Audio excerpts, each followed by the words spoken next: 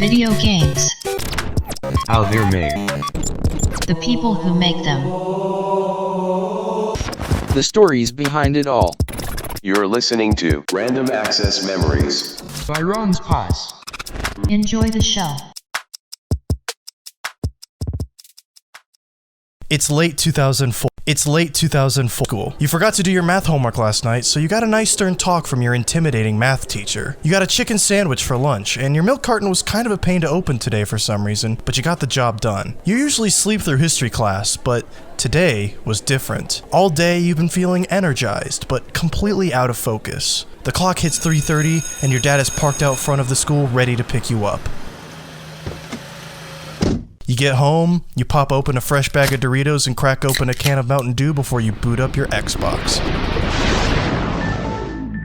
The screen lights up and the echoes of a choir emanate throughout your basement. It's Halo 2, and all your friends just did the exact same thing you did. You connect to Xbox Live, put on your headset, join a party and ask, so, Team Slayer or Big Team Battle? Life is good. This is the routine every day following the release of Halo 2 for millions of gamers around the globe. Halo 2 was more than just a financial and critical success. It was a cultural movement. It was a defining moment for an entire generation of kids, teenagers, young adults, seasoned gamers, overseas soldiers, newcomers, people who loved Xbox, people who hated Xbox. It felt like everyone knew someone who had an Xbox with a copy of Halo 2. Everyone knew someone who was going over to someone else's house to eat pizza and play LAN parties all day. I think it's easy to forget about the human side of video games when you're so focused on the history and the development. We forget what it was like for us ourselves to come home with a copy in hand when we spend so long thinking about the design philosophy or the harsh days of crunch that created the thing we loved. When we talk about games development, try to remember where you were when you played that game, how you felt. It's magical. And that's how it feels whenever I watch the behind-the-scenes documentaries or read articles about the inner workings of a studio like Bungie. They were making magic, and we were playing magic. And you know what?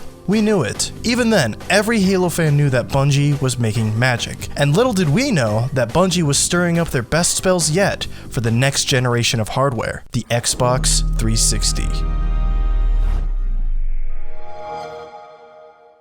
Welcome to Random Access Memories, a gaming podcast dedicated to the stories behind video games. This podcast is an in-depth look at a variety of the different franchises, developers, and studios around the world that form the greatest entertainment medium in the world. History, conversations, fun facts about franchises you thought you knew everything about. This is Random Access Memories. Random Access Memories is a podcast produced by Ron's Pies, a YouTube channel dedicated to in-depth looks at video games. If you like the podcast, please follow the show on your podcast distribution platform of choice, leave a positive review, and subscribe to the channel. With that, please enjoy the show.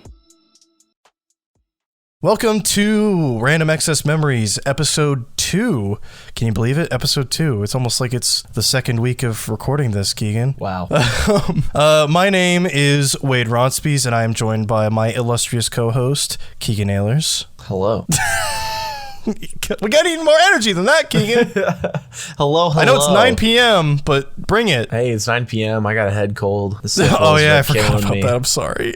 I totally forgot. Life's kicking my butt right now. I even told you, like, we'll take it easy, Kegan. And then here I am. Bring the energy. But I'm here. Well, yeah, last episode we talked about Halo 1 and 2. We didn't really talk too much about Halo 2. We kind of just did the bare minimum, so I kind of wanted to open this bad boy up with a little Halo 2 talk. So, dude, Halo 2 was great. Like, yeah. No, seriously, Halo 2 was awesome. I just remember like shooting and seeing all the blood splatter and everything like that and being like 11. I was like, this is so freaking cool. I remember that being the talk of just like when you shoot someone, blood comes out and it like splatters on the wall. It's like, what? No game can do that. The thing that's funny about that intro is that I wrote that intro as I'm trying to represent like the general Halo 2 experience, but that was more of our generation's experience with Halo 3. Yeah. But I think anyone who has had that experience with any game can relate to that feeling of being at school, not being able to focus on anything, just waiting to get home to play a specific game. This time it was about Halo 2, but really for us that was Halo 3, but not for me because I didn't have an Xbox 360 at the time. But ooh, luckily I did. But I just think that experience is so applicable to anyone who has played Halo or who has anticipated a Halo release. Yeah. I mean, when I played Halo 2 online, I actually played it or when I played it on Xbox Live, I played it on the 360. I didn't play it on the original Xbox for Live. I played it on the 360. So. Well, the thing that's crazy about Halo 2 is that it was the most popular game on Xbox Live until Gears of War came out, but that wasn't until 2006. So there was a good 2 years. And the Xbox 360 came out in 2005. So there was like a whole year there where the Xbox 360 was out and Halo 2 was still the most popular game online. And so I imagine other people had the similar situation where they were just playing it on 360. Yeah, you would think so. Plus, you got to replay the campaign on 360. Yeah, because... I don't know if it actually would look better, but because it was just backwards compatible, it wasn't like Xbox One backwards compatible where it upscales and no upscaling, no, not even achievements or anything like that. Yeah, it's crazy. Call of Duty 2 has achievements, and that like blew my mind when I played Call of Duty 2 because that was a launch game for the 360. It's like, man, they really knew what they wanted with the 360 from day one. Yeah. Honestly, yeah. I'm surprised Call of Duty 2 didn't kind of usurp Halo 2 for a little while, because you have so many people who have so many fond memories with that as well. Yeah. I mean, I never played any of the CODs. The first COD I played was Call of Duty 3. Yes. I played, my first experience with Call of Duty was Call of Duty 3 on Wii. So, yeah. But this is a Halo. This is Halo. This is about Halo. Maybe this we'll is Halo do COD. story. Maybe. We talked a little bit about Call of Duty last time, but let's talk about get back to the Halo. Anyone who played Halo 2 who wasn't in touch with the gaming industry probably never would have guessed that Halo 2 wasn't exactly fun to make. The development cycle of Halo 2 was arguably the toughest in the company's entire history, that company being Bungie. Disasters seemed to loom around every single corner. Tons of content had to be completely reworked or scrapped altogether. The workload was greater than ever. Morale was pretty low throughout the entire journey. If Halo 2 was magic, it certainly didn't feel like it at Bungie. However, with the advent of new hardware in the form of the Xbox 360, Bungie had the opportunity to right all the wrongs they saw in Halo 2. Everything they had to sacrifice to ship Halo 2, all the ideas they couldn't do to the limitations of the original Xbox, all the feedback from the past two games, it could all culminate in one final push from Bungie in the form of Halo 3. You mean the best Halo ever? Halo 3 was planned to be the end of the Halo trilogy for Bungie, so they're going to throw every idea they had and the kitchen sink into the game. The ambition may have been dialed back in comparison to Halo 2, but Bungie still had the drive to make Halo 3 something incredibly special so the series could end on the highest of high notes. And just to be clear, less ambitious than Halo 2 doesn't mean not ambitious. Bungie was going to be making their first game for the Xbox 360, so that meant working in HD for the first time, more memory, more processing power, making a new graphics engine, new lighting and particle effects, 5.1 surround sound, textures 4 times more detailed than Halo 2. Halo 3 was still a huge endeavor to Bungie. And even Bungie themselves would admit that Halo 2 may have been too ambitious. In fact, they knew it was when they were making it. But Bungie had a tempered edge now. They matured. They knew what they could and couldn't handle. But the success of Halo 2 and the excitement for Halo 3 came at a huge cost. During Halo 2's development, Bungie co-founder Alex Seropian left the company to return to Chicago, and after Halo 2 shipped, many of the higher-ups at Bungie left for vacations and extended sabbaticals after the difficult development cycle, including co-founder Jason Jones and story lead Joseph Staten. At the beginning of Halo 3's development, there was no clear creative vision for the game, even though the team had some idea of what they wanted to do gameplay, art, and design-wise. There was no real direction or leadership at Bungie for Halo 3. Like with Halo 2, many of the creative decisions for Halo 3 were decided by a committee of Bungie employees, which caused some friction with series composer Martin O'Donnell. We talked about how Martin O'Donnell was very involved with the creative process of Halo, and I think Halo 3 might honestly be one of the most involved projects he was in, because like Halo 1, he was involved in the sense of like he was sitting down with the level designers and he was in the choir itself. But with Halo 3, you start to see him like in a bit more of a managerial position where he's like making hard decisions for the script and stuff like that. He got a big boy job now. I mean, he always had a big boy job, but now it was like, I think he had the same level of authority within Bungie as someone like Joseph Staten or Jason Jones. Story threads were left dangling in the air. The plot had no real stakes to it, according to O'Donnell, but Staten would eventually return to edit the plot created by the committee of Bungie developers. It was actually Martin O'Donnell's idea to kill off some of the major characters in Halo 3, even further cementing O'Donnell's role within Bungie, as I explained earlier. He wasn't just the composer or the sound director for Halo. He was an integral part of the team and their creative process. success, and you can thank him for Halo 3's story taking some of the directions it does. He was originally going to have Miranda Keyes like turn on you and become like a villain. What? Yeah, he wanted some betrayals going on, but I think he was the one who suggested that Johnson should die, and Miranda Keyes dies too. Yep, she definitely does. I think that was almost directly Martin O'Donnell's idea, was to kill both of them off, because this was supposed to be the finale. He wanted some more stakes and drama. In that documentary, he talks about like him reading the script, and he's like, there's no form or shape to it. It's just a lot of story, but it's not necessarily good story. It's just a lot of things happen, but not really for any reason. And so he really wanted to shake things up by adding some major character deaths. So you can thank him for coming up with some of Halo 3's best, most important moments. I mean, Miranda dying was cool, but Johnson, obviously, that's a big favorite. Well, and the thing is, you get to kill Guilty Spark, but then they turn out that Guilty Spark is still alive. It's like, thanks 343. Wait, what? Yeah, 343 made him not dead because he's in the books. What? Yeah. Oh my god.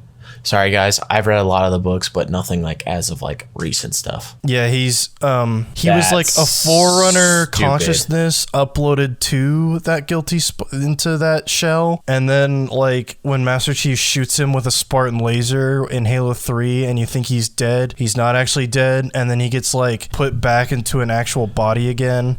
It's stupid. What? Oh my god. This is why I only read the old books. It's like killing Guilty Spark was supposed to feel good, and then they just kind of rob you of that by making him so he's not. Hated him. Oh, I mean, yeah, that's the idea. Even in Halo 1, he's guiding you through the library. Dude, and and he's Jesus just humming Christ. along. I'm gonna go over here and unlock this door for you. Why don't you just stand out here and fight off 20 flood forms? I almost think they made the library intentionally bad just so you would hate Guilty Spark. Oh my god. Hate him. In that documentary, they even talk about how we could have the Master Chief killing Guilty Spark in a cutscene, but where's the fun in that? We want the player to kill Guilty Spark. Gun him down. And then you watch Master Chief kill the Didact in 4, and then you watch all these Spartan fights in Halo 5 that you don't have control over. It's just man, be fun if I was playing this right now. We'll see what Halo 6 brings, right? Craig the Brute. Oh god, poor Craig. We fight him, I know that. Well, Craig gets killed, so. On the surface, it kind of sounds like the development for Halo 3 was pretty bleak though, right? Did Bungie have another Halo 2 situation on their hands? Not at all. Despite some lack of leadership and some slight friction within the story team, Halo 3's development was actually considerably smoother than any of Bungie's productions in the past. Like I said earlier, Bungie had matured since the troubled development cycle of Halo 2. The team was bigger than ever, and the workload was more evenly distributed across Bungie. The new technology made available by the Xbox 360 was stressful for sure, but seeing just how beautiful and robust Halo 3 was in comparison to its predecessors was a huge morale boost for the team, and made them excited every time they looked at the game running in engine. The art team was loving it, the physics engine was fresh and fun. Halo 3 was one of those games that will be good pretty early on in development, which is actually surprisingly rare for a lot of modern projects. Every single person at Bungie was firing on all cylinders. I love in the documentary, in some of the behind the scenes documentaries for Halo 3, they talk about the water, specifically the water physics, and how it actually flowed, and if a body ragdolls into the water, it actually flows. Dude, that was with actually the water. really cool. I always thought that was really cool when I was younger. And they said they didn't even intend for that to happen. They just had the technology and they gave it to the physics, or the art team made it, and then the physics guys said well, what if we made it actually work? And then they gave it back to the art team. It's oh, you could do that with that, and then they made it pretty. It's there was so much, I don't know, synergy, I guess, going on in Bungie, where every time someone had a good idea, they would send that to another department and they would make that idea better, and then they'd send it back. It's I didn't know you could do that. Let's make it even better. And it's just, you could just tell just watching them make Halo 3 that making Halo 3 was a lot more fun than making Halo 2. Yeah, that is, I don't doubt that. Bungie spent a whole year in pre-production where they mapped out the story and basic principles of the game, and it's that intense thought and detail ahead of time that made Halo's 3 development as smooth as it was. Master Chief emerged from the smoke, and Halo 3 was officially revealed to the public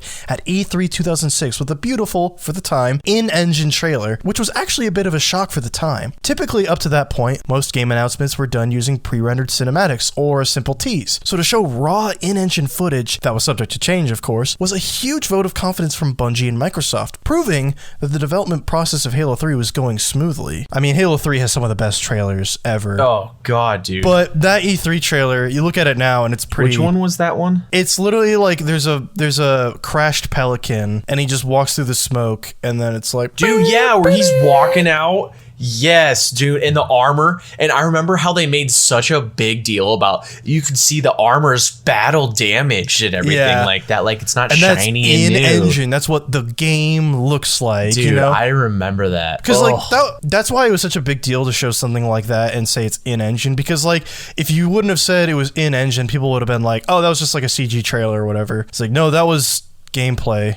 You know, not actual gameplay, but that was, the game will look that pretty. It's like, oh, okay. Dude, yeah, I remember. That was a good looking trailer. And then people say that nowadays and everyone thinks they're bullshitting, but like, I don't know. People have been doing that forever, where they say something that looks impossibly pretty is running in-engine and people don't believe it until they play the game. It's like, oh yeah, they weren't kidding. That was that pretty. I mean, I remember like Ghost of Tsushima when that was revealed. It's like, okay, sure. Oh, and Last of Us 2 was a big one where like you had other developers saying like that was fake, there's no way, and then it comes out, it's like, oh yeah, it is that pretty and the animations are that good, huh? All right. So that's been going on for a long time. Development for Halo 3 was going so smoothly, in fact, that Bungie added even more than initially anticipated in the forms of Forge mode, Theater mode, and even more features that allowed Bungie to more directly connect with their community. I love that little blurb right there, because Halo 2, they had to cut so much. In Halo 3, they were adding stuff they never even anticipated. So it just kind of shows you the difference between like what they were working at, the level they were working at compared to the two games. And if Halo 2's multiplayer was a shadow of what it could and should have been, as lead engineer Chris Butcher claimed, then Halo 3's multiplayer was the sunlight creating that shadow. It was the culmination of years of experience working on multiplayer, with a crack team of level designers and technicians ensuring that Halo 3's multiplayer would be the best yet, bar none, built to take advantage of and balance every single weapon and vehicle in the Halo series, along with some exciting newcomers like the Spartan Laser and Gravity Hammer. Playing, because I would always play Big Team Battle, and like even thinking about the Spartan Laser, I remember my coolest thing ever. I was on Sandtrap, had the Spartan Laser in Big Team Battle. I think it was my best game. We ended up winning, and I had like 33 of the 100 kills. Like I literally had a third of our team's kills. That reminds me of a match I played recently. Yeah, I remember I was on the receiving end, getting this Blazer, and I literally got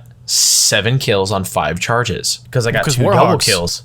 No, one was a collat. And the other one was Mongoose, so technically it was a vehicle. But I just remember that, and I was like, because during Halo 3, the Spartan Laser had 5 charges, and then later on, it had 4, which I always hated. But yeah, I was like, oh, dude, I love the Spartan Laser. It was the coolest thing. And then the animation, when you'd get it, and it would pop out and make that sound, you're like, oh, so the handle pops out. Yeah, so that's cool. So good. And like, I was on a receiving end of a Spartan Laser recently. I was recently playing Master Chief Collection, and it was Big Team Battle on Sandtrap, and there was a guy just standing on a rock with a Spartan Laser. Just anytime I popped out, just it's like, where are you getting all this ammo? But and the Grav Hammer, oh man. So Griffball, dude, yeah, playing OG Griffball back in the day. Was that Halo 3 when they added that? Yes, Halo 3. So, I should have mentioned that. I didn't realize. Yep. Oh, I didn't know if that was added in Halo 3 or Reach. No, yeah, Halo 3, because it was one of the, if not the first double XP weekends in Halo ever. Oh my god. Was during Griffball. Dude, that'd be so hype. I remember that, because Griffball didn't come out at first. They dropped it later on, and it was double XP weekend. And I remember you would only get 1 XP per win, and so like you won a game of Griffball, there's 2 points. You're like, holy crap, like I'm gonna power level. But like, it also helps that Griffball is just really fun. Yeah, the Grav Hammer is so fun when like a group of people are running to the ball and just and even if you don't kill everyone, you see like a couple guys get blasted to the back of the map. Dude, yeah. So you're just spawn camping a spot, and it's a good game. And hey, that's a thing from Rooster Teeth too. Griff, the orange dude from Red vs. Blue, literally makes its way into Halo. Like, actual. Yeah, we talked about that in episode 1, how Rooster Teeth was basically founded making Halo machinima, and they pay it back essentially. Bungie does. I mean, they both kind of pay it back to each other. I don't know, it's hard to explain.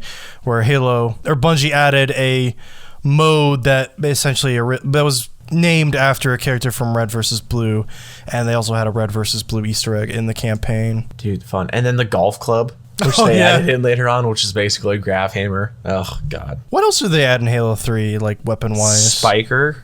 The spike okay. grenade. The incendiary grenade. Oh yeah, the incendiary. And those abilities. Yep. The drop shields and the mines and stuff like that. The weapon abilities. The Magnum got a redo. They brought back the AR. Turrets. You could break off turrets. God, I want to think that there's more. The red plasma rifle. No, did that come back? No, that was Halo 2. The Brute plasma rifle, that was Halo 2. Okay, yeah, I was trying to remember if that came back. I think that might be it. There's probably more. I think Mauler, the Spiker the Brute might have been Mauler. Halo 2 as well, but I could be wrong. No, the Spiker was Halo 3. Okay, you would know. Yep. I'm not gonna. And then they I'm brought not gonna back the dispute Mauler, which was the Brute yeah. like hand cannon. Yeah, the shotgun. Yeah. I thought that's what they in that Halo Infinite demo. Dude, so did I, but then I thought that was the Mauler, but it's like a pistol. I was like, all right, that was so weird. But like, do the Mauler too, because now we have brutes and elites together because it's the Banished. Yeah, which everybody's like, what the hell does that even mean? And it's like, go play Halo Wars 2 or just watch. And even Halo Wars 2 frickin- doesn't do a great job of explaining it. I recently watched all the cutscenes for Halo Wars 2, and it's kind of like, yeah, Atriox was like banished, but then and they were gonna execute him, and then he just decided to not be executed, and then everyone joined him. It was like, okay, sure. Yep. Then he got some shipmaster to join him, who was an elite Sangheili shipmaster. But yeah, weapon wise, I think that's about it. Yeah, besides the abilities and those couple of different guns, that was really about it. Yeah. It's ironic that, in the absence of the company's co-founders, Bungie was beginning to really reclaim their own image and the pace they had prior to being acquired by Microsoft. In fact, it was during Halo 3's development that Bungie and Microsoft announced they'd be parting ways after Bungie developed 2 more Halo games after Halo 3. Bungie would become independent once again, and Microsoft would keep the Halo brand for themselves. In 2010, Bungie would finish their contractual obligations to Microsoft and be free to work on other projects as they pleased, finally returning Bungie to the state it was before its acquisition in 2000. It was a difficult decision to make. Bungie didn't really want to leave Halo behind, but it was the price they were willing to pay in order to regain their former freedom. If ditching Halo was what they had to do to be free from Microsoft, it was what they were going to do. Bungie's eyes were already on the horizon, at their inevitable destiny. Boom. Their initial work culture, the original vibes of the studio, it would all go back to the way it was. Or would it? But this is ultimately a story about Halo. Let's jump back to the months leading up to Halo 3's launch in 2007 and continue from there. On May 11th, 2007, just over 4 months before the launch of the full game, an open online beta test for Halo 3 went up on Xbox Live. Anyone who owned a copy of fellow Xbox exclusive Crackdown could hop into the beta and play free of charge. But I guess it's not really free if you had to buy Crackdown to get to it. And thousands of players did just that. They bought Crackdown just so they could play the beta for Halo 3. That beta may very well be the reason Crackdown sold as well as it did. However, it's worth noting that Crackdown wasn't the only way to get into the beta. Players could also register on Halo's website after either A, registering as fast as humanly possible after the famous Starry Night trailer went live online, we'll get to that later, or B, being one of the first 13,333 players to register online after playing over 3 hours of Halo 2 multiplayer during a specific event period that February.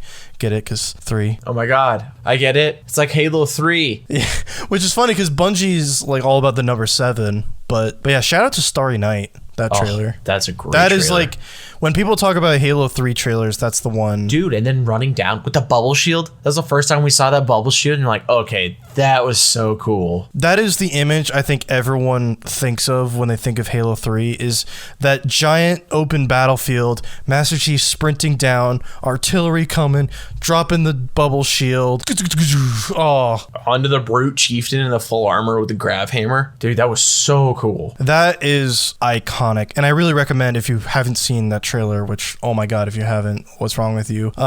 Watch that trailer and you will understand why people were so hyped for Halo 3, because that was the trailer. I honestly think that might have been like the best trailer ever made up to that point Pretty good trailer. in gaming history. Like, even today, it's one of the best trailers ever. And also, like, the registering for the beta after the trailer went online. You know how fast people like nab codes off Twitter. Imagine registering for that beta. The stress of you basically had 3 opportunities to get into the beta: either buy Crackdown, register after the trailer, or play over 3 hours of Halo 2.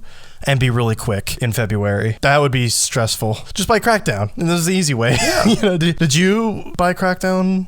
I've never played a Crackdown game. Okay. Don't think I'm really missing out too much. Nah, people always swear by Crackdown 1 being the only good one, and even then, I don't know how much of that was nostalgia. But people swear by it. This isn't a Crackdown show. The Halo 3 open beta lasted for 4 weeks, which is a really long time by modern standards, and gathered over 820,000 unique players who played a total of 12 million hours of playtime in that period. The purpose of a beta test is to, well, test. To see what works, what doesn't, what's fun, and what isn't. 12 million hours of playtime is a ton of data to work with.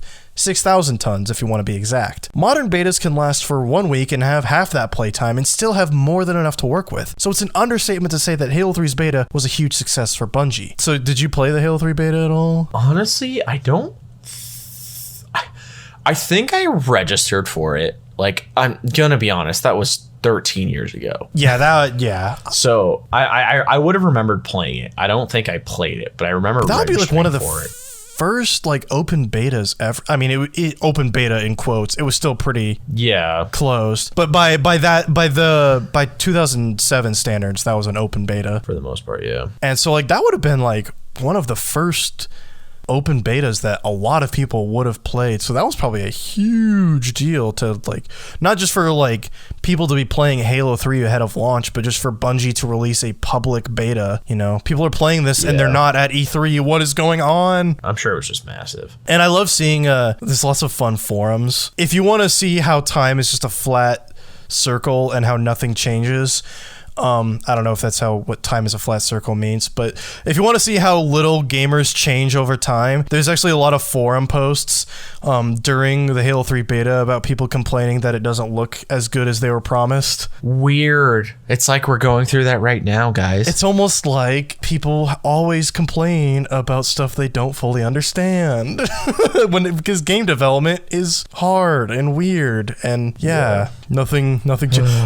Watch Flame War Theater by Mega 64 if you want to see how little gamers have changed over time. It's basically they do a Shakespearean reenactment of really bad forum posts, angry forum posts, I should say, dating all the way back to like 96 when the Nintendo 64 was coming out, and people like, I have a PlayStation. Nintendo sucks. And, you know, like, God. Dreamcast is going to be better than all of this. It's just amazing seeing how little things have changed. But to see it represented as like a Shakespearean play is really funny. So I recommend checking out Flame War Theater by Mega 64. But anyway, Halo 3 beta. Fans loved the beta, and Bungie had an incredible wealth of data to work with. All the pieces were now in place to ensure a steady and smooth pathway to launch that September, including a nice $40 million marketing budget courtesy of Microsoft. If Halo 2 was big, Halo 3 was going to be gargantuan. If Halo 2 was the Pillar of Autumn, Halo 3 was the whole damn Halo. And for the record, yes, I know the Pillar of Autumn was destroyed in Halo 1. I'm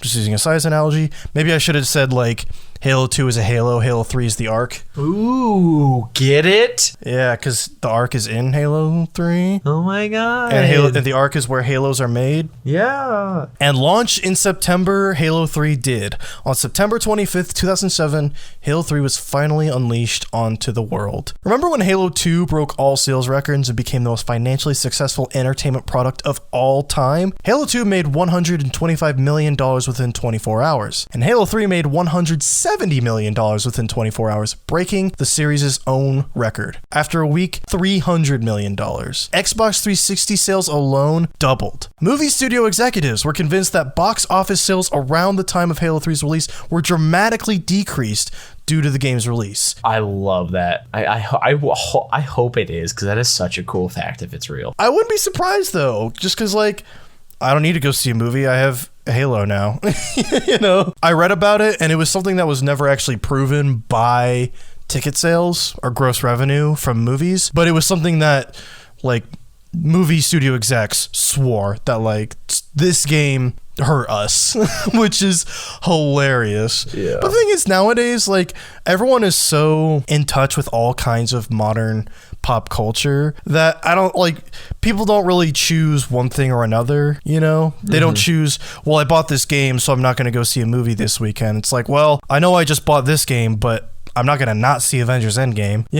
You know? Yeah, exactly. It's I'm gonna play the game the weekend it comes out, and then go to the movie later. Yeah, like even then, they might not see it day one, but they'll see it. But like, so I don't think that's why a lot of people say like that statement isn't really proven that it actually had any dramatic impact, but it's still funny to believe that it may have. By the end of 2007, Halo 3 had sold over 8 million copies. It was far and away the most popular game on Xbox Live, and it was getting perfect reviews left and right. Halo 3 took home a ton of awards from various publications, including Time Magazine's Game of the Year honors. Halo 3 is my favorite Halo game, yes, by far. Why is that? Like, just it's the full package? It or? was just, like, everything about it. Like, I remember playing Halo 1 and Halo 2, but I didn't get the games when they came out at launch, so I wasn't like, and obviously like we were young, like I was 12 when the game came out, like, so we went to a Catholic school, for those of you who don't know. I remember being in class in 6th grade, and during prayer that morning, I prayed that I would be good that day so I can for sure go and pick up Halo 3 after school. Dude. I kid you not. Well, like it's always the most exciting time to buy a game is when you played the previous games, but you didn't play them when they were new.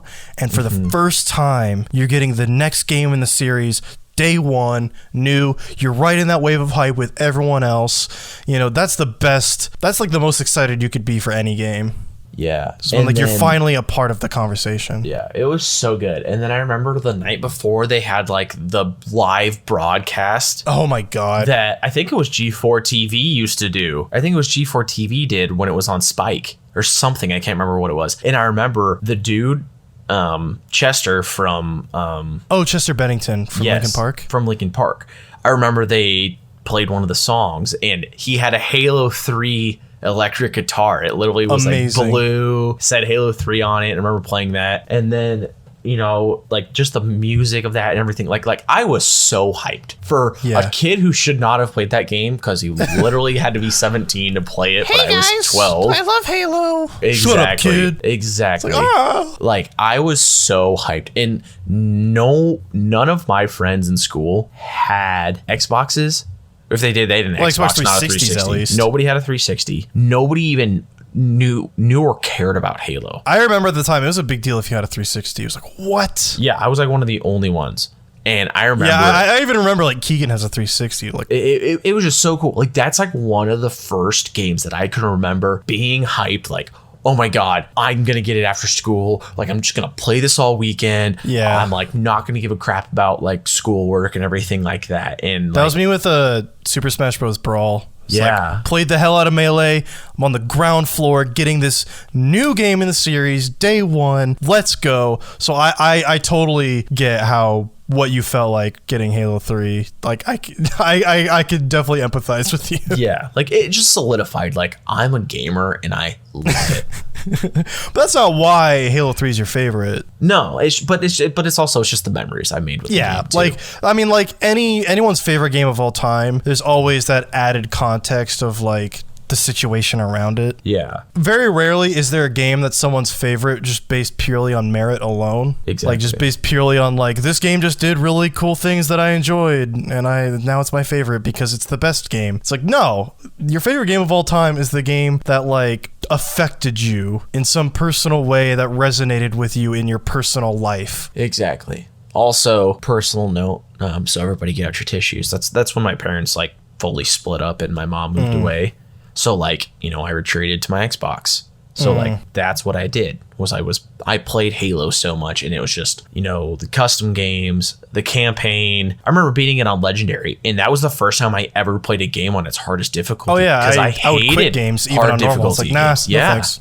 And then now it's like I could play Heroic by myself, no problem. Yeah. And I remember someone in our class beat Halo 3 Heroic by themselves their first playthrough and I was sitting there, I'm like, holy crap, dude, you're that good. And then now like I look back like, okay, it's actually not that hard. But like being a kid, like you're just like, Heroic is just like slightly more intense version. Yeah. And then I still play on normal because I suck at Halo, but yeah. But then like just getting like the skulls and like co-op. Oh yeah. And just did you play on Lasso? Yeah. Oh god. No, that was before they even made a Lasso playlist. Like, so you like that was like also one of the first games you probably truly like mastered as well. Yeah, that was like where I was like, I got it. See, I was 12. My brother was... I'm doing everything there is to do in this game. Yeah, I was 12. My brother was 16. Oh, that's Or like the best time to 17, be. roughly. I can't remember. And him and I were still like neck and neck in video games. And this is when I just finally started to be like, dude, I'm way better than you now. Yeah, just And as like, good, and now I'm better. Exactly. Where it's like, I was always like, oh, he's so much better than I am. Like, I'll never Every get there. kid that has like a parent who's into games or a sibling that's into games has that moment where you're finally at least as good as they are. Yeah. And it just feels like now things have changed. The power dynamic in this house has changed. Exactly. Now I am the older brother. Yeah, exactly. And the thing is, like, even like playing campaign with him and stuff too. It's just the memories that I have playing that game for those many years that's I pay homage to that a lot. That was peak gaming for our generation. Was like that 2007 to 2010 era. Oh God. Like, Yeah. those Holy 3-4 crap. years, there's nothing that will ever beat that. No. The games that came out every year and like the quality they were and just like Well, I mean, nowadays you look back at some of those games have not aged well, but no, like, but for what they consistently kept coming out with. I actually think gaming is better now than it ever has been, but we I just agree. don't have that, it's not fresh to us anymore. We're more jaded and we're more cynical, whereas back then, any game that even did anything wrong, we were like, I don't even know what's wrong. I just like everything here. Exactly. Well, and we had all the time in the world back then too. Yeah, it was exactly. like you'd come home, do nothing, maybe do homework, but I never. I know did I homework. didn't. Yeah, exactly. We needed. I did it the homework. morning of, so Exactly. It's like, And that was the thing. And then it was like, and then it'd be like weekends you have off, summers you have off. And it's like, oh my God, all summer. I honestly wish I would have been a kid with an Xbox 360 and a copy of Halo 3 during the summer. when I got my 360 at my mom's, actually that summer going into 7th grade, I brought Halo 3 with me because I knew she was going to buy me one. And I was like, oh yeah, got it, popped it in, played campaign immediately on my Xbox, on my new Xbox. Oh It's like everyone around you knew, like, yeah, the kid likes Halo. exactly. Oh yeah. And I remember I got the Halo books too before Halo 3 was Yeah, out. that's true. Yeah. I mean, even our library had the Halo books. Yeah. But being a kid with all the time in the world during the summer, being able to go to your friend's house whenever you want to, having Halo 3 there, you can't beat that. But I also think about like people who were in college or overseas in like Iraq and Afghanistan at the time, just being in close proximity to other people just anyway, and having that communication tool be there. Like, that's really what Halo was for a long time, was just a communication tool. I mean, just think about it now. My buddy Brad literally Yeah. was in Korea for 2 years. Mm-hmm. And the only way I really talked to him was on Xbox. I was even in a couple parties. Exactly. Like, oh yeah, you're in Korea. yeah. So like, granted, that's Xbox Live more so when we did play some Halo, but I mean, we like, played other games. But still, it's Halo like, is what started that. Yeah, like it's just without the Halo 2, opportunity. you don't get what Xbox Live is today, exactly. and without Halo 2, you don't get Halo 3, and So yeah, All right, let's get back on script. That was it was great. a fun tangent. I love that's why this episode's script is a little shorter, because I knew like we were gonna shoot the shit about Halo 3 quite a bit. Like, I love Halo. I'm gonna shoot the shit a little bit more about Halo 3. My first time playing Halo 3 was at like an 8th grade party, end of the year party, and that was my first time playing Halo. Period. It was just like, Then you were like, loading up split whoa. screen, getting my ass kicked, but I was having so much fun. I was like, this is Halo.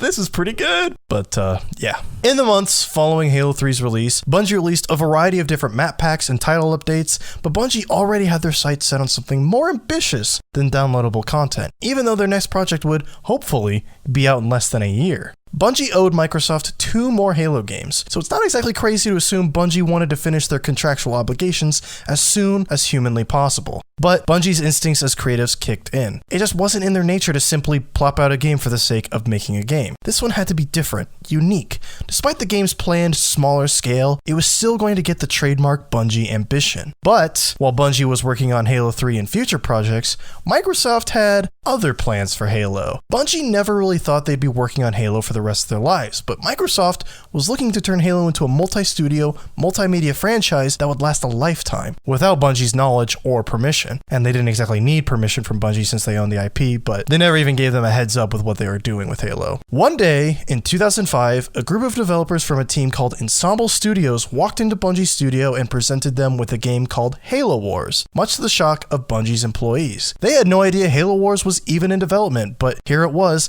a real-time strategy game set in the Halo universe. A full circle callback to the origins of the franchise when it was still a sparkle in Bungie's eyes. Halo originated as a sci-fi RTS, so it made sense to, at the peak of the franchise's popularity, release a spin-off based on Halo's original concepts developed by one of the best RTS studios in the world. The irony of that unexpected day in Redmond, Washington is that Halo Wars was already a project a year in the making. Ensemble Studios is a now defunct studio from Dallas, Texas, who is most known for Age of Empires. They created the franchise and made every single game and expansion in the series up to their closure in 2009, including the, in my opinion, fantastic spin-off Age of Mythology. Ensemble Studios was also responsible for Star Wars Battlegrounds, a Star Wars real-time strategy game. So when Microsoft acquired the studio in 2001 and then approached them in 2005 to retrofit a struggling project into a Halo RTS, Ensemble already had experience working with established franchises. Initially, Halo Wars began as an original project from Ensemble though. They were making an RTS, but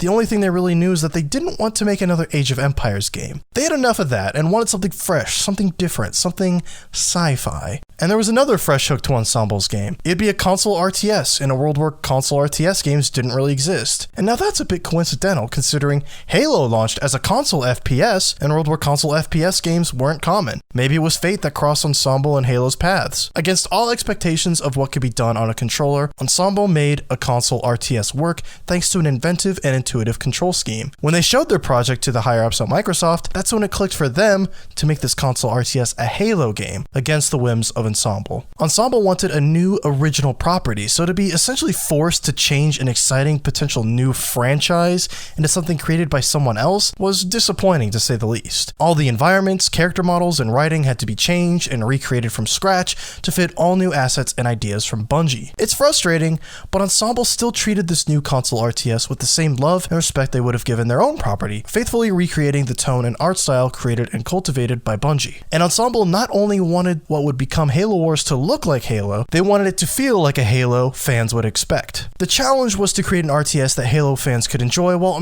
also making it a true enough RTS that RTS fans wouldn't shred apart. Perhaps you could look at it like Pokemon as an RPG, a great way to get people who may not normally play RPGs to play an RPG. Halo would serve as a sort of bait to get Xbox fans to play a genre they may not be attached to, and a way for Halo fans to experience what could have been had Bungie kept Halo as an RTS to begin with. From Xbox's perspective, however, Halo Wars was a fantastic way to branch out Halo and turn it into a franchise akin to Star Wars, something unbound by genre or typical conventions, with a huge universe that could support different kinds of projects. Halo Wars would be the first sign of a larger Halo universe beyond Master Chief and the events directly related to him. So, imagine being Bungie in this situation. You pour your heart and soul into two games that really put you on the map. You pride yourself on your independence. You treat Halo like your child. Then a group of people from halfway across the country come into your office and tell you, surprise, we're making a Halo game too. At first, Bungie wasn't pleased. This would have been a few months after the launch of Halo 2, so the dev team was still de-stressing after a difficult development cycle. To see for themselves in person that the thing they created was no longer exclusively theirs was a pretty big shock, but something that was inevitable considering their position as a Microsoft-owned studio. And that meant any intellectual property created as a Microsoft game studio was property of Microsoft Game Studios unless relinquished. There actually have been a few situations in recent years where a publisher has relinquished ownership of an IP to a studio it was letting go, such as Square Enix allowing IO Interactive to maintain ownership of the Hitman license, which is actually really cool. Hitman 2 is I think it's WB Interactive publishes Hitman 2, but Square Enix did Hitman, they didn't publish the first Hitman games, but I know they did Absolution and the first of the reboot trilogy. I don't know who's publishing Hitman 3. Maybe it's WB Interactive, but there's rumors that Microsoft might be buying WB Interactive, so I don't think they'd be getting Hitman as part of that. It's a very rare situation. And if you're Microsoft and you just released literally the most successful entertainment product of all time, it makes sense why you'd want to hang on to that IP, even if it meant hurting the feelings of the people who created it. It's pure business. Halo Wars was officially revealed in 2006. Halo was no longer a simple series of games. Now it was a universe, a franchise. After its announcement, Halo Wars was demonstrated at every E3 up until its release. But while Halo Wars was in development, Ensemble was also hard at work on a bunch of other projects that were unfortunately all cancelled. Next-gen projects, RPGs, action games, all kinds of projects. Most notable of these cancellations was something called Project Titan, a big-budget sci-fi MMO greenlit by Microsoft itself, designed to compete with the biggest MMO on the market, World of Warcraft. Project Titan was a Halo MMO, believed to have been set in the Forerunner era, hundreds of thousands of years before humanity would discover the titular Halo rings. Project Titan was silently cancelled by Microsoft in 2007, and all of Ensemble's resources were then diverted to Halo Wars. So, a Halo MMO. I don't really know if that would have worked. It's easy to feel sad that it was cancelled, but at the same time, it's like, I don't know, based on the screenshots that have been posted, it looked like there were still like Marines and Warhogs and stuff. And so it's like, is there time travel and stuff going on? Or it's a cool concept, but it's just hard to realize it fully. Well, it's just like with MMO classes, it's like, how much can you really do with an MMO in Halo, you know? Yeah. Like you are a Marine or a Forerunner or Spartan. I mean, I could see them treating it like Horde versus Alliance, where it's like you have the Covenant, which is like the Horde, and then the Alliance, which would be like humans and Forerunners. Yeah. Like Reclaimers and Forerunners, technically. But I don't know. I don't think it would have had enough like gameplay diversity to really justify itself. So yeah, we'll never know. I guess we'll never know. Oh, whale. Development on Halo Wars was more difficult and was taking longer than initially expected, and all of the canceled projects were really taking their financial toll on Ensemble. Microsoft just didn't have any more money to give to Ensemble, so in 2008, Microsoft announced that Ensemble Studios would be closed down after the release of Halo Wars, when in reality, Ensemble actually closed down just under 2 months before the release date. In the months leading up to Halo Wars' release date, a bunch of Ensemble employees jumped ship and either began their own studios or joined other studios. Halo Wars was released on February 26, 2009 in Australia, the 27th in Europe, and March 3rd in North America for some reason, considering. I don't really know why, because Ensemble is American. Microsoft is American. Maybe to alleviate server load? I don't know. Halo Wars didn't light the world on fire, but it was a commercial and critical success. It gathered mostly positive reviews and sold over 1 million copies after a couple weeks on sale. I like Halo Wars a lot. Yeah, my first time playing Halo Wars was at a kiosk in like Target or something. Yeah. It's like, yo, this is sick. Yeah, it's pretty good. Like it's fun. And like their mission to make a console real-time strategy game, like it works. Yeah, did a good job. It looks good. Sadly, the sequel I don't think is as good, but we will get to that later on. Yeah, not till episode 4. Yeah, probably. So it's gonna be a while, but I don't know. I remember when it got announced, and it was a pretty cool game. Big deal. Yeah, and it was. I was because I loved Age of Empires. I loved all those games, and to say like this, and I just remember I was shocked. I was like, it's not a console. Like, how does that even work? Yeah, that's what I think that was the idea. Yeah, but it was really cool. I remember just being blown away. It's like, oh, it's Halo, and it's not a shooter. You know? Yeah, that was, I think, the biggest shocker to everybody is that they're making a Halo game. And it's not the main series. It's a spin-off. You know, they're franchising this. It was good. I enjoyed it. Yeah. Halo Wars, thumbs up. Halo Wars wasn't the only Halo game that attempted to open up the universe of Halo. In fact, Bungie themselves were also hard at work on a game that would also broaden the universe of Halo. But before we get into Bungie's next project, the world of Halo was absolutely booming, even if we received almost none of the fruits of Microsoft's ambition. Even before Halo 3 had been released, Columbia Pictures was interested in making a live-action film adaptation of Halo, and this I love. I don't know if you know any of the stuff that is. I just remember it being announced, so this is all you. Yeah, Alex Garland was pegged to write the script, a name you may recognize as the writer and director of films like Ex Machina and Annihilation. Garland also wrote the screenplays for movies like 28 Days Later, Sunshine, and Dread, and he also lent his writing talents to Ninja Theory's Enslaved, Odyssey to the West, and DMC Devil May Cry. To say Alex Garland is a great writer is a bit of an understatement. I really love like all those. Every movie he's done is usually pretty damn good. So, like, he's a really good writer. Have you seen Ex Machina? Yes. Yep. Ex Machina and Dread. Yeah.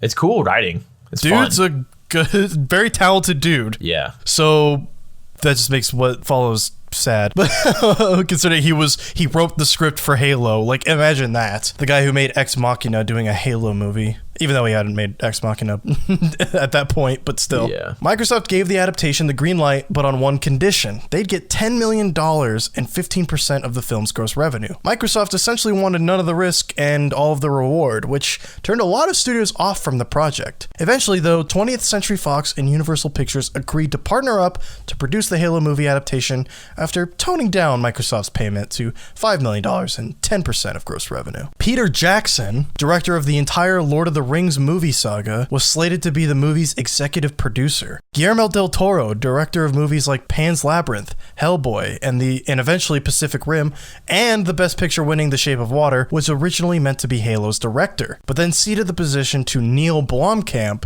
after negotiations fell through. At that point, Blomkamp was a special effects artist, but later he'd go on to direct movies like District 9, Elysium, and Chappie. Oh, great movies. Yeah, District 9 is fantastic. Yeah. Well, something I didn't write in the script that I actually read about later was that District 9, there's actually a bunch of props used in District 9 that were originally meant for the Halo movie. Yeah, I remember that. I remember hearing They about that. reused a lot of the stuff they already had made because Neil Blomkamp was supposed to direct, and he's like, well, if no one's using these, I'll take these. Yep. It's like, man, that movie hit. Oh, I'm not even done with the names. D.B. Weiss, who is most known today, perhaps infamously, as the co-writer of HBO's Game of Thrones adaptation, was one of the writers who worked on a revision to Alex Garland's Halo script. It sounds like an all-star team on paper, but pre-production was hectic. The adaptation was canceled and revitalized multiple times in 2006. It's not a joke. Like, that is a killer, especially in hindsight, that is a killer production team. Even though D.B. Weiss doesn't exactly have a lot of respect on his name these days after season 8 of Game of Thrones was botched big time. Unfortunately. I didn't hate it, but I get why people don't, or I get why people hate it. Yeah, like at the time, like that's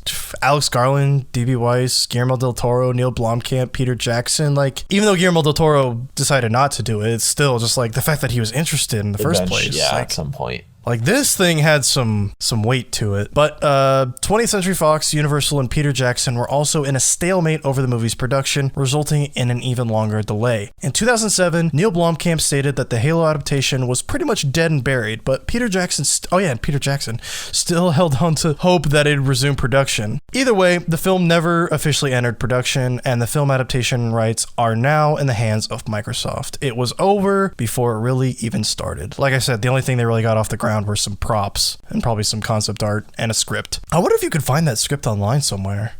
That'd be crazy. I'd love to read that. I wouldn't be surprised if it sucks, though, because it's a video game adaptation. It made in 2006, you know? So it's like, they probably gave Master Chief, like, way more lines than he should have had. Or maybe he wasn't even Master Chief. I don't know. Anyway, funnily enough, however, Neil Blomkamp would actually go on to direct a series of live-action shorts set in the Halo universe, but as promotional material leading up to the release of Halo 3. So if you've seen any of the live-action shorts for Halo 3, Neil Blomkamp made those. So he did end up directing some kind of adaptation, but definitely not in the way that I think he had probably wanted to. Yeah, oh, here I put in the script. Also, allegedly, some of the props he made for the canceled Halo film were used in District 9, so it wasn't a total waste of time. The failed Halo film adaptation wouldn't be Peter Jackson's only attempt at broadening the universe of Halo, however. I don't know if you know about this. I didn't actually know about what I'm about to talk about until I was researching this. Halo Chronicles was a planned episodic narrative-focused project led by Peter Jackson and written by series writer Joseph Staten. So did you know about Halo Chronicles already? Yeah. I had no idea. When I was younger, they announced it, and... Well, not to cut you off, I believe I read that they announced it the same day they announced Halo Wars. Yeah. Well, yeah. Whenever they announced it. Because it was meant to be like, we are branching out. Yeah. It was supposed to focus on the Arbiter after what happened after Halo 3, I believe, if I remember that. Well, I think I talk about in the script here we go. Well, we'll get to what it was going to be about. Staten and a few other members of Bungie flew to New Zealand to work hands-on with Peter Jackson at a studio called Wingnut Interactive, a studio created by Jackson specifically to work on Halo Chronicles, and it got shut down after the inevitable happened. Yep. The idea for Chronicles is that the player would play as a Marine slowly turning into a Forerunner Promethean. So Prometheans were actually a Bungie concept before being added to games after Bungie's departure from Microsoft. So 343 actually got the idea of Prometheans from all of the concept work done for Halo Chronicles. However, in 2008, following the cancellation of the film adaptation and after creative differences arising from Peter Jackson and Bungie, Halo Chronicles was canceled and Wingnut Interactive was shut down.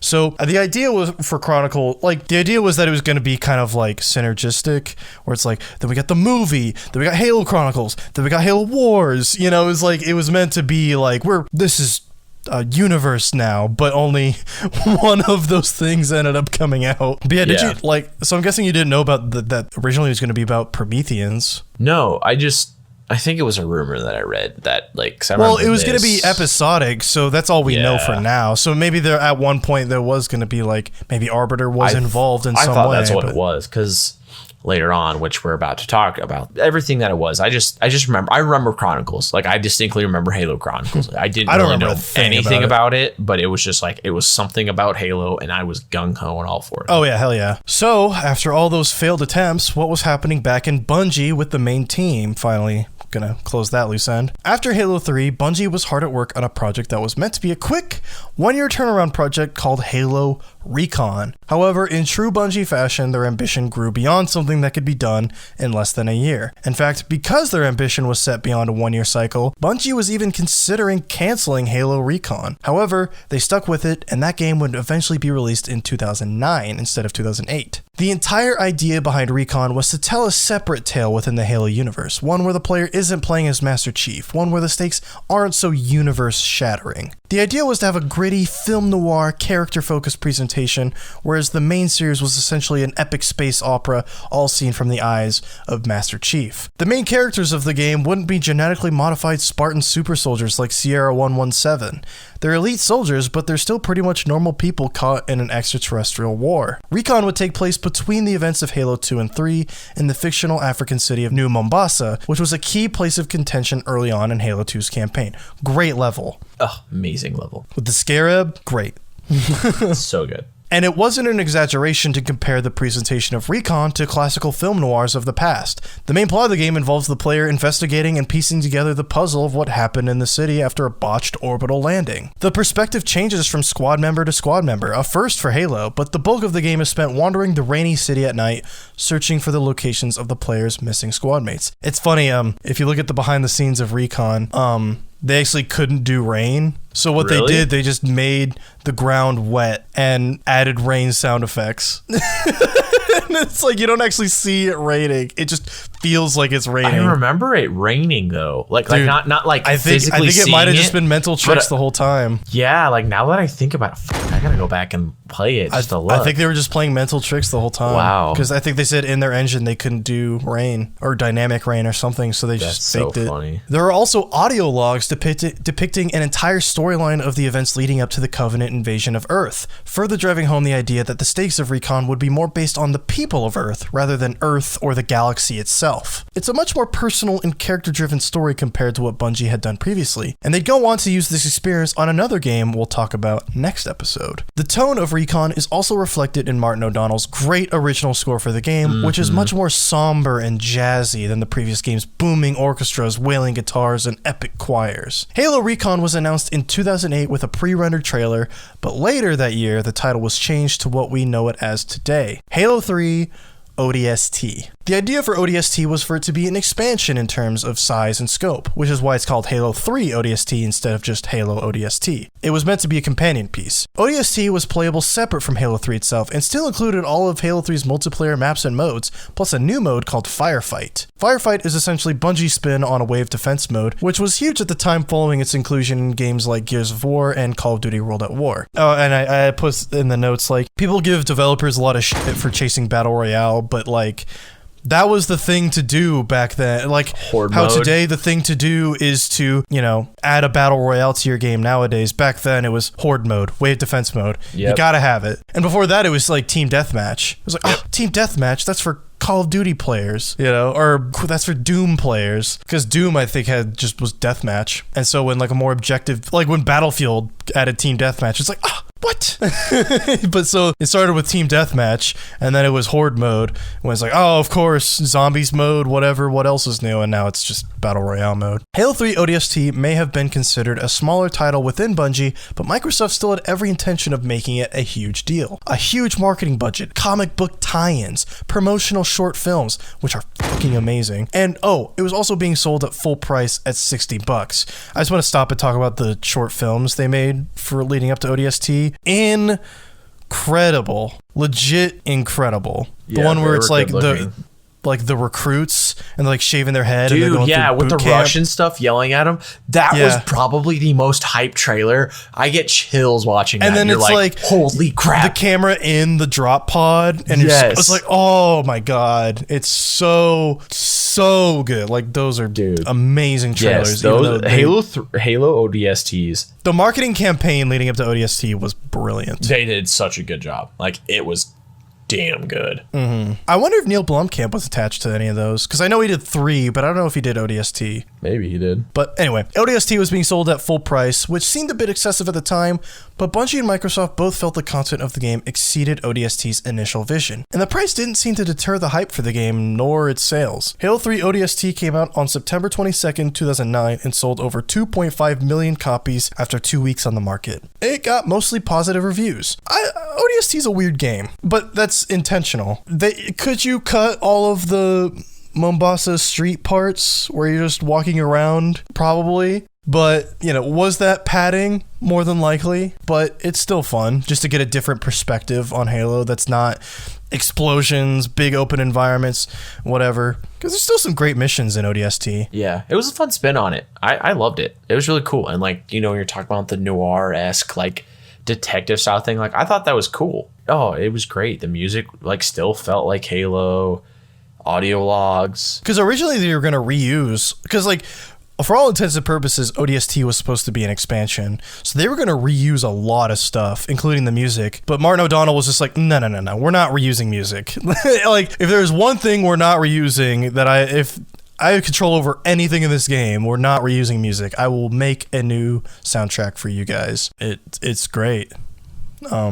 Evocative of the original games while also being something super new. But the missions are really good in ODST. I really like the Warthog mission is really good. It's a really good Warthog mission. Yep. The bridge mission. Yeah. That one was really good. Where you have to defend the facility and you have turrets in a room in a circle. Yep. There's some really good gems. Plus the story ODST played in a lot into it as well too. Also Nathan Fillion. Yep, Nathan Fillion, who later, which we'll talk about in an eventual episode, how he becomes a main character in Halo 5. Which they explain in a book how they did that. Yep. So if you don't understand, kind of what happens afterwards. It's pretty messed up. Yeah, because I actually, I'm in the middle of, well, I'm not in the middle. I'm on the tail end of my Halo replay, and I'm on Halo 5 now. It's like, Buck, you're not supposed to be a Spartan. Exactly. How did this happen? There's a book that explains that. Yeah, that explains everything that happens. And then with the engineers too, I'd never seen I'd never seen an engineer in any game because the engineers were added in ODST. They show up in Reach. They do. They were mentioned in the Fall of Reach book, which came out before Halo 3, maybe before Halo 2. I can't remember, but I remember them talking about it and explaining it in the book. So they had an idea for them for a while, but then they were just put into it and then later on added more. One thing I do not like about ODST, though, is escorting that engineer. Oh, God. That was not good. That mission was miserable. So many times I think I just shot it and killed it because it was pissing I me did off so much. Checkpoint loaded. All right, we're killing this thing. Dude, so dumb. ODST has some very Halo 1-esque sections where it's just the same corridor forever. Yep. But it's only one level. But still, that level feels like an eternity. And it's a pretty quick game. You could probably knock it out in it's like a day or two. Yeah, honestly, you could, no problem. Yeah, for sure. Anyway, Halo 3 ODST didn't light the world on fire like the previous games had, but that was almost intentional. ODST was essentially an expansion after all. And Bungie wanted any hype around Halo focused toward a game that would release 1 year later in 2010, their last contractually obligated entry in the franchise they started. Bungie had a chance to put all their effort into one final push, again, to culminate all their work and experience into one last fight. Again, because that was supposed to be Halo 3, but now they're doing it, and now it's really the last time. But for their final fight, Bungie would look to the beginnings of Halo's story, a prequel on a doomed planet called Reach. This would be their last chance to prove themselves as the masters of the FPS genre, their last chance to show Microsoft what they'd be missing once Bungie left to follow their own destiny. And that is where we'll pick up next time on Random Access Memories. Whew, that was not meant to be that long, but it was. No. It took a little bit. I was really happy we got to talk about Halo 3 as much as we did in this. Dude. Well, and that's the thing is like Halo 3 was like our thing. Like Halo 3 was great. And then next week with I didn't really Reach. join Halo officially until Reach. Yeah. Reach is my favorite. Which that's the thing is like Halo 3 was like my favorite and that was my thing. But like playing with my friends like on live, Reach was like that was when like the online multiplayer experience was so modernized. Yeah. And like is what it is today. That was like one of our first times experiencing a game on a modern scale like that, where it wasn't just you and some friends. It was like, I'm just gonna play this to get stuff for my character. But we'll talk about Reach next time. Yeah. Because like your story with Halo 3, how like you have a personal attachment to Halo 3, like that's basically my story with Halo Reach of like where I fell in love with Halo, and which is like sad because it was the last Bungie Halo, but that was the one I finally had an Xbox 360 and I could finally just sit down and play these games on my own time instead of playing them at parties and at friends' houses. So everyone has that Halo game that was their first one, and like the first one that they really sunk their teeth into. And for you that was Halo 3, and like I think for many people that in our generation especially, that was Halo 3. Yeah. Even now I think Halo 3 is the best multiplayer. Like I think Reach slightly edges it out for me personally just because you have the armor abilities, and I really love the maps and the weapons in Reach, like the DMR. But Halo 3 is just so pure. Like it is just a pure multiplayer experience. Anytime, even if you didn't grow up playing Halo 3, you play Halo 3 and you feel like you grew up playing Halo 3. You feel nostalgic just playing it. That's how I feel anyway. It's just like just playing Halo 3. I feel this sense of joy and nostalgia, and I feel like I'm in 2007 again, and when people teabag me, I'm not even mad. It's just fun. It's just a good time. Anyway, that's it from us. You're going to get a pre-recorded outro that tells you our Twitter handles. I hope you enjoyed the episode, and I hope you join us next time where we talk about Halo Reach and the changing of the guard. Goodbye. Whoa. Later. Thank you for listening to Random Access Memories, and I hope you enjoyed the episode. If you want more, check out our previous episodes and or subscribe to the show on the podcast platform of your choice. This podcast was produced by Ron's Pies on YouTube, so please check the channel out, subscribe, and share the show. You can follow me on Twitter at WadeLikesPie and Kegan at Key_Gan_Jin. See you next time.